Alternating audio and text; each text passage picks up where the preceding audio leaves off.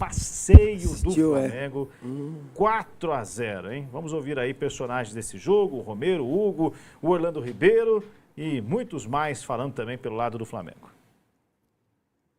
Só tenho que agradecer a Deus por esse momento, por essa recuperação ter sido excelente, né? Eu voltei bem confiante, eu voltei sabendo que eu respeitei cada fase, cada processo da recuperação, então isso foi super importante também.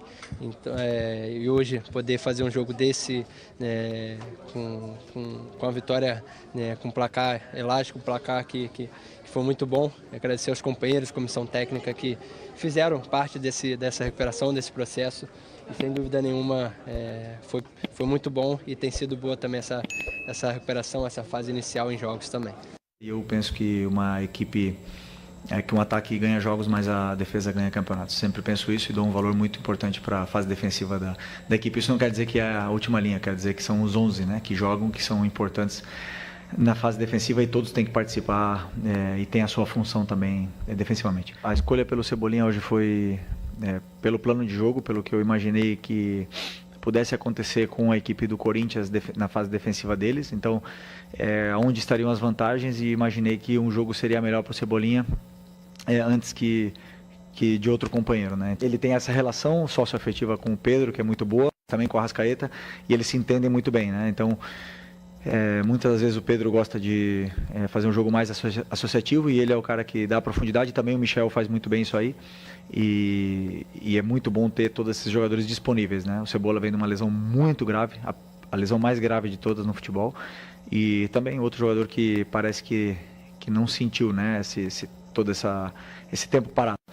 Tem ainda que evoluir, temos coisas que trabalhar, que melhorar, mas é muito bom ter Cebola, Michael, Bruno, Luiz, Plata, todos podem jogar nesse lado do campo, até mesmo o Matheus Gonçalves pode jogar aí, e é importante que eles se sintam confortáveis dentro do campo. Na verdade, eu acho que o professor vai dar a opinião dele sobre o que ele viu ali, que precisa melhorar, tendo bastante coisa para melhorar. Foi um resultado bem atípico daquilo que a gente estava esperando. Viemos aqui para competir, viemos aqui para dar o nosso melhor e não conseguimos, mas agora é trabalhar. Temos agora um novo comando, uma nova história, uma nova trajetória, um professor que é campeão, que sabe o caminho das vitórias, então ele vai saber melhor do que eu responder o que a gente precisa melhorar dentro de campo. Em relação à torcida, às vaias, essas coisas, faz parte do futebol, teve aqui, vai ter em outros lugares. Mas mexe contigo, não? Não mexe, eu trabalho muito minha cabeça para esses momentos, né? Não só para os momentos bons, mas principalmente para os momentos ruins. Jogou muito baixo do time, especialmente no primeiro tempo, onde eles tiveram muito espaço para jogar, a gente não teve atitude para poder reverter isso, porque a gente pode jogar mal taticamente, eles podem ser superior no início, mas também foi comportamental o jogo de hoje. Faltou um pouco de atitude do time. Eu sou o primeiro a me cobrar, mas com certeza o Dorival vai vir para arrumar isso. Ele é um cara vencedor, experiente, sabe o que tem que fazer dentro do vestiário. É ruim, né? Eu conheço o professor Dorival há um bom tempo. Nós gostaríamos de ter entregado de uma maneira melhor, mas infelizmente foi assim. Então a gente só pede desculpas ao torcedor. Isso é importante a gente falar, porque nós sabemos o quanto é ruim eles voltarem para casa ou estarem em casa assistindo o jogo e nós apresentarmos essa derrota. Mas o Corinthians é muito grande, então nós temos que seguir agora com o professor Dorival e eu tenho certeza que eles vão se recuperar o mais rápido possível. Muito bem, ouvimos aí o Orlando e outros personagens. Vamos começar pelo Flamengo, que tomou a liderança do campeonato e tem no Maracanã feito, talvez a exceção do clássico com o Vasco, né, que foi um jogo amarrado, empatou apenas e demitiu-se o Carille, talvez não por conta desse resultado, mas pela o superdimensionamento do que é o problema do Vasco hoje. Mas do lado do Flamengo tem amassado todo mundo, o Corinthians não foi exceção. Foi um 4-0 em que, se a gente olhar bem o jogo, ficou em conta, hein? Ficou. O jogo com 20 minutos já estava resolvido, a goleada já tinha se insinuado no primeiro tempo. muito por méritos do Flamengo e também o Corinthians errando acima da conta e tal. Depois a gente vai entrar nos problemas do Corinthians, do goleiro ao ponto esquerda, passando pela comissão técnica, pelo presidente, por tudo que está acontecendo com o Corinthians depois do título paulista.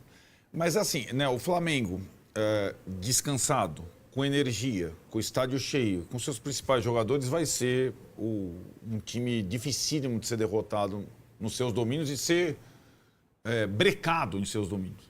Né? E quando o Felipe fala ali da questão, né, das opções, ontem talvez o Flamengo tenha passado quase pela sua escalação ideal. Ainda tinha alguns desfalques, mas a gente chega, né? O Alexandre estava machucado, o Danilo estava fora, tal. Era um time com os principais jogadores todos com muita energia.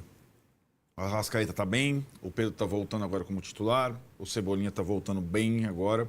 Aquele momento do Flamengo, no início da temporada, eu distingo o Flamengo do Corinthians da seguinte forma. O Flamengo ganhou o estadual de um rival assim como o Corinthians, só que o ano não acabou, o ano estava começando. E acho que os aprendizados do estadual para o Flamengo, sobretudo a questão das lesões, do tipo de jogo do Felipe Luiz, do intervalo pequeno entre as partidas, que seria ainda maior agora na maratona tripla, serviram para o Flamengo dosar. Né? Dosar não significa menosprezar. Quando o Central Córdoba menosprezou e até agora está devendo na Libertadores. Né? Então não é um time embate, foi no Maracanã. Né? Não foi no... Né? Vai ter que fazer o resultado na Argentina. Isso serve para qualquer time. Pode ser o Flamengo e o Palmeiras, que são os melhores. Se não jogar, no máximo, não ganham. E acho que o Flamengo fez um jogo no primeiro tempo ontem, no máximo. E no segundo tempo dosou, tocou, andou. O Corinthians está com medo também de tomar mais, então administrou porque tem muito mais pela frente. Não acabou o campeonato no 4-0. Né? E acho que o Felipe, aos poucos, é natural que o trabalho dele esteja se estabelecendo, inclusive em termos de calendário, em termos de opções do elenco, situações táticas, situações técnicas, opções. E acho que ele jogou pelo resultado em Quito. Já foi um aprendizado. Né? O segundo tempo o Flamengo só se defendeu no Equador. E ontem jogou para ser o protagonista, fazer talvez a maior atuação do Campeonato Brasileiro até agora. Né? E acho que o segredo de um time é saber se adaptar às circunstâncias. Né? Se o empate for resultado na Argentina, que traga o empate. O Flamengo não precisa amassar todos os seus adversários. Porque não adianta ganhar do Juventude de 6, do Corinthians de 4, se você perde no final de semana seguinte. E acho que aos poucos o Felipe vai entendendo essas questões e tentando administrar o ótimo elenco que tem pelas mãos. Né? Esse cara, né, faz muita diferença, né, ter um certo avante desse jeito, desse tipo, para qualquer time. Né? E aos poucos o Flamengo volta a ter a referência do futebol brasileiro na frente. E volta a jogar em função dele. Era diferente com o Bruno Henrique, é uma característica diferente. E o Pedro iniciando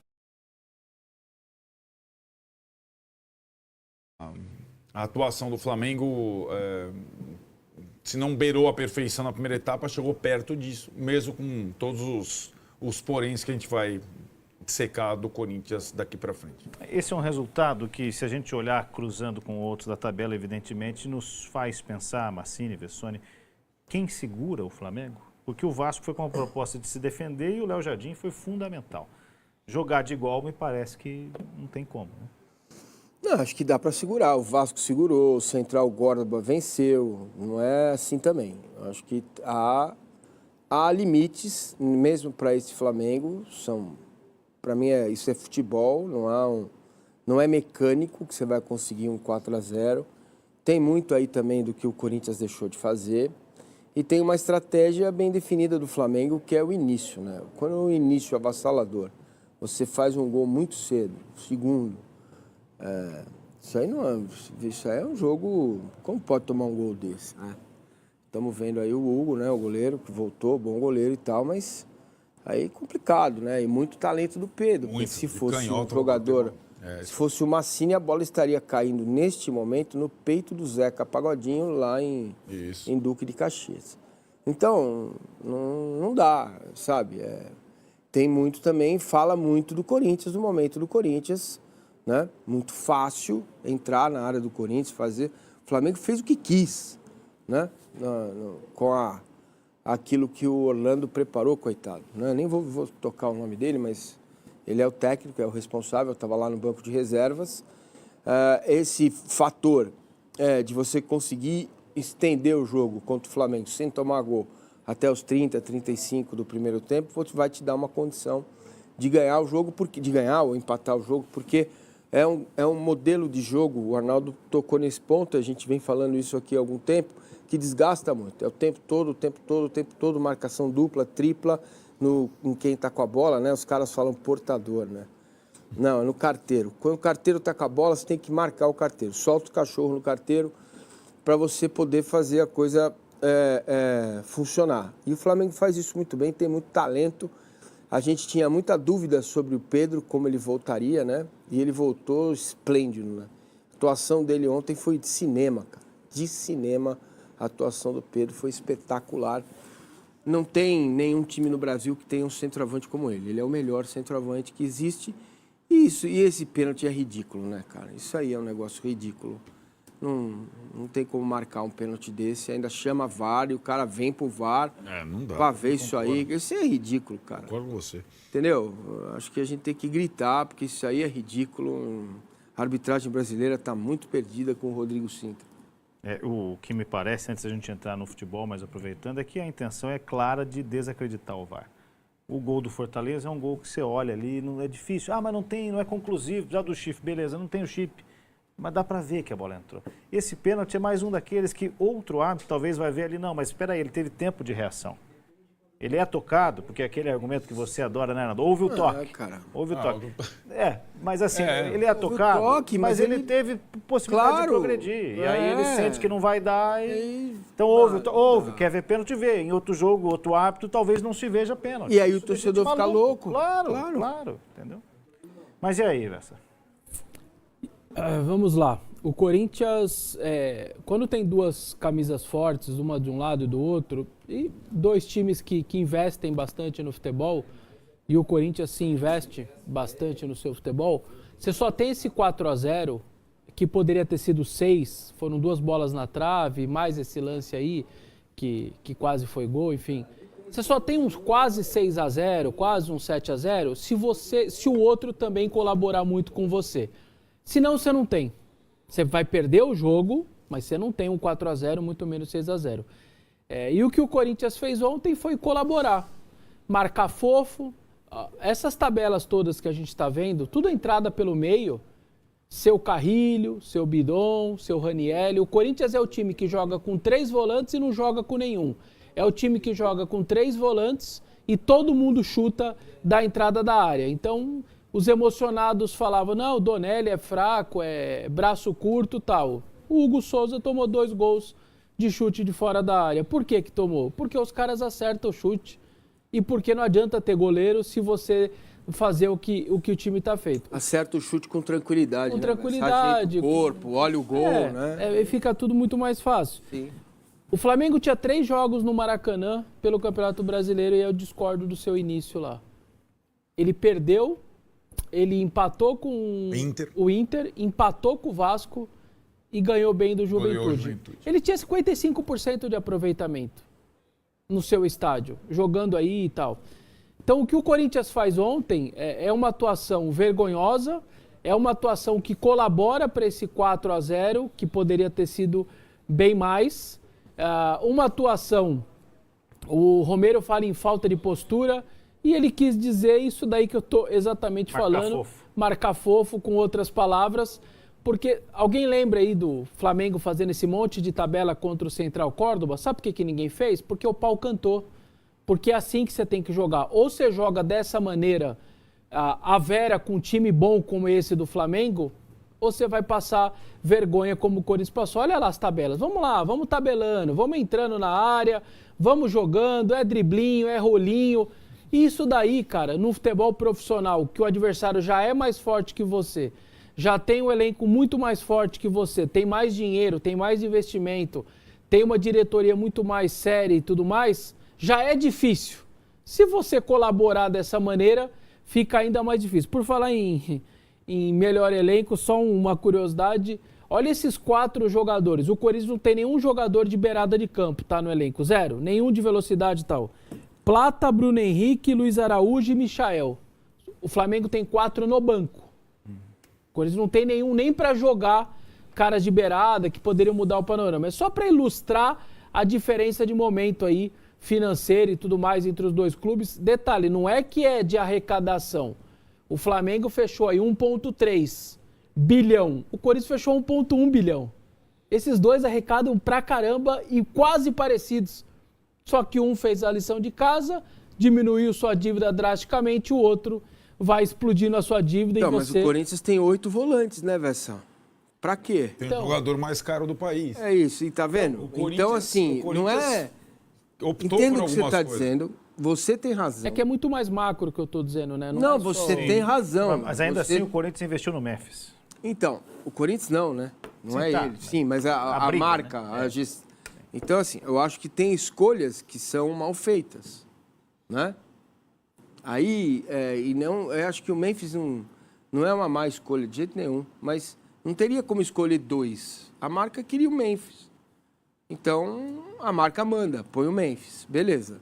Agora, você ter 8 volantes, ter uma zaga em que não se confia e não ter jogador de lado de velocidade, tá na conta da gestão. E aí, só um agravante, não é dinheiro. Um agravante aí, o Orlando, eu até entendi a tentativa no 4-3, de novo, o Romero com 1 e o 2 na frente, só que, então, eu achei ok a escalação, ok. A única ressalva que dava para fazer era, você jogou na quinta, chovendo absurdamente, um campo pesado. Félix Torres fez aquele ato completamente imbecil, deixou o time com 10 minutos. 80 minutos jogando nessa canseira. O mínimo que você teria que fazer é, cara, eu fui à Vera quinta-feira num cansaço lascado, joguei 80 minutos com 10 homens. Esses caras não vão aguentar suportar o Flamengo no Maracanã. Você talvez poderia ter revigorado. Só que aí entra o interino. O interino, o interino faz o quê num banco? Evitar o máximo de estresse interno de grandes mudanças ou tirar jogadores que vinham jogando. É normal, qualquer interino faz isso. E o Orlando falou, vou fazer o feijãozinho com arroz, não arrumo muita confusão aqui e tá tudo bem. Então, e aí entra a possibilidade para mim que eu acho que o Dorival deveria estar na beira do campo, ele poderia tomar atitudes que o Orlando, por exemplo, não tomou. Ele acertou sexta de manhã, teria ido à tarde para o CT, trabalhado, mesmo que do lado do Orlando, no sábado treinado o time, domingo ia para o jogo e se fosse goleado, tivesse sido goleado junto, mas estivesse na beira do campo. O Corinthians... Tem uma questão burocrática, Vessa? Mas se resolve, ele estava livre no mercado, ele não tem problema. Então, mas se resolve, mas nós estamos aqui, ó, segunda-feira, 12h31. O Corinthians não anunciou ainda o Dorival. Não anunciou. Por quê? Porque tem alguma coisa para resolver, né? O Dorival... Então, houve essa reluta nisso. Então, mas o Dorival tá exposto, ele foi ao jogo. Então... Ele foi no vestiário. Então... Isso diz até mais. Né? Ele deu palestra pré-jogo e pós-jogo. Então, na reza ele estava lá. Exato. O Corinthians... Então, vamos tirar o Orlando total dessa história, né? Porque o Orlando não tem nenhuma responsabilidade nenhuma. A questão é, a partir de um momento em que um time de futebol, primeiro acha que ganhou o ano com o Paulista, depois da primeira derrota, o principal jogador demite o técnico numa entrevista e depois ele sai... Aconteceu alguma coisa de grave com o Memphis Depay? Se não aconteceu, o que ele fez foi deixar os caras na mão. Ontem sim. Né? Porque estava perdido já o negócio. Ele toma um chute na canela. Vamos ver. Certo, eu já tomei na cara. O time está perdendo de 4-0. Então, o senhor Memphis Depay tem muito mais responsabilidade que Orlando Ribeiro. Em tudo que está acontecendo com o Corinthians agora. Na camisa 10, no tratamento do Garro, na demissão do técnico e no seu salário mais alto do país. E ele deixou o time na mão. A questão é que os jogadores do Corinthians, talvez pelo título paulista, tenham uma inebriação. Ou o Corinthians, ou qualquer time do país, pode ser o Flamengo, joga a Vera ou ele perde de qualquer um. Perde do Huracan, perde qualquer um. E ontem não foi esquema tático. Inclusive o Flamengo. Não é esquema tático, porque o Corinthians jogou 1000 vezes nesse sistema, certo? É que o Corinthians...